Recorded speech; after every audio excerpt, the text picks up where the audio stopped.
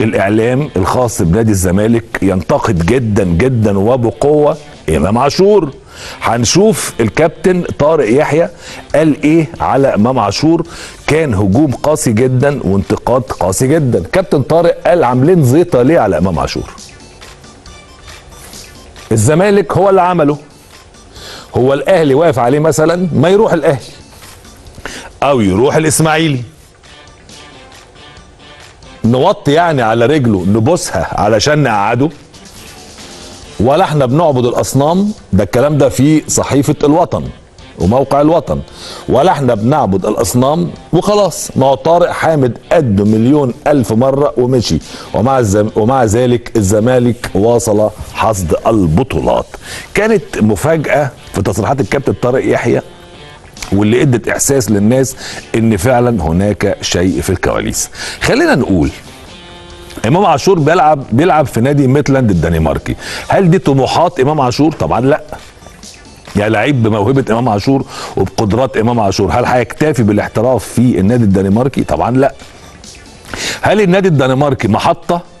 محطه لحاجتين: اما الاستمرار الاوروبي، فلازم يكون في ليفل اعلى، يروح فرنسا، يروح ايطاليا، يروح اسبانيا، يروح المانيا مثلا. يعني دي يروح انجلترا. دي الانديه او الدوريات اللي ممكن يحلم بيها امام عاشور. طب افرض امام عاشور ما راحش ولا مكان من دول، هل هيستمر سنه جديده في الدنمارك؟ صعب جدا.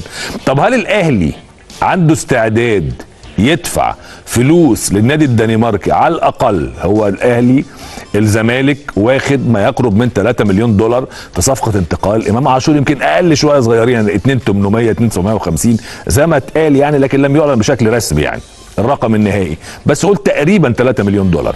لو النادي ميتلاند الدنماركي هيسيبه للنادي الاهلي مثلا مش اقل من 3.5 مليون دولار، هل الاهلي عنده استعداد يدفع في امام عاشور 3.5 مليون دولار؟ طبعا.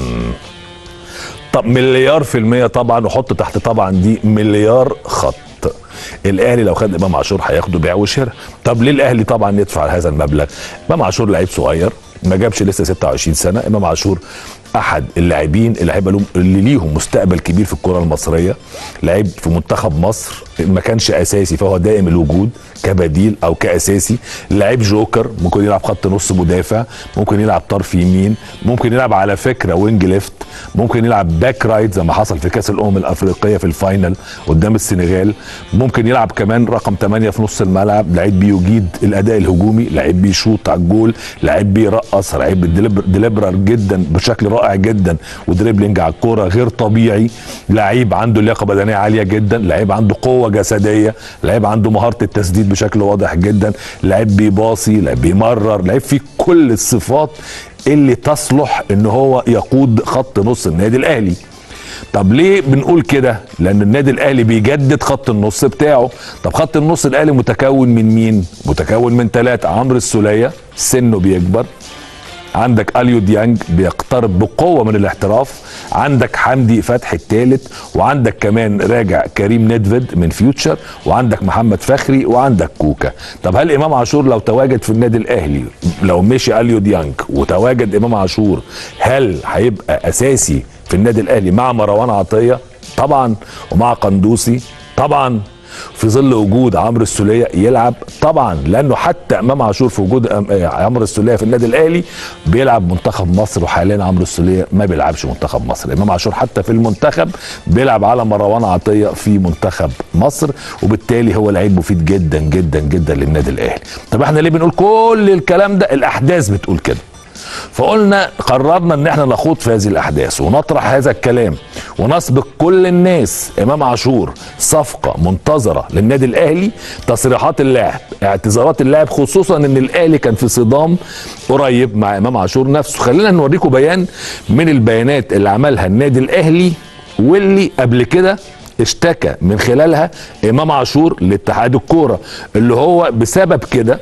وفاكرين طبعا المباراه اللي كانت بين الاهلي والزمالك والاحتكاك اللي حصل بينه وبين وليد سليمان، وقبل كده غنى ضد النادي الاهلي وتوقف 8 ماتشات. فاكرين كل الكلام ده طبعا. هوريكم دلوقتي ايه هو البيان اللي الاهلي عمله قبل كده، نزله على صفحته الرسميه واتكلم فيه على امام عاشور. الاهلي يشكو امام عاشور الى اتحاد الكره ولجنه الانضباط رسميا ويطالب بتطبيق اللوائح والقوانين. تقدم النادي الاهلي صباح اليوم، طبعا الكلام ده من سنتين، بشكوى رسميه الى الاتحاد المصري لكره القدم واخرى مماثله الى لجنه الانضباط والاخلاق ضد امام عاشور لاعب الزمالك وبعض من زملائه من فريق الشباب بناديهم بعد التجاوزات غير اللائقه والخارجه عن كل قواعد الاخلاق التي ارتكبها المشار اليهم عقب مباراه الاهلي والزمالك في دوري الشباب التي اقيمت امس بملاعب الاهلي بمدينه نصر.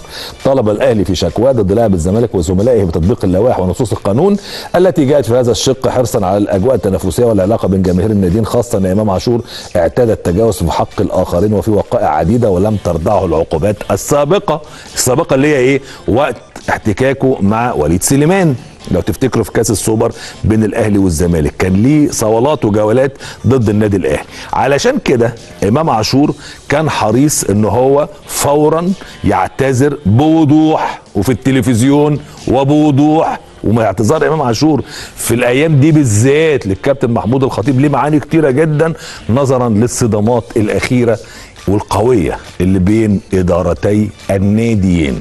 عشان كده طرحنا السؤال: هل امام عاشور مفيد للنادي الاهلي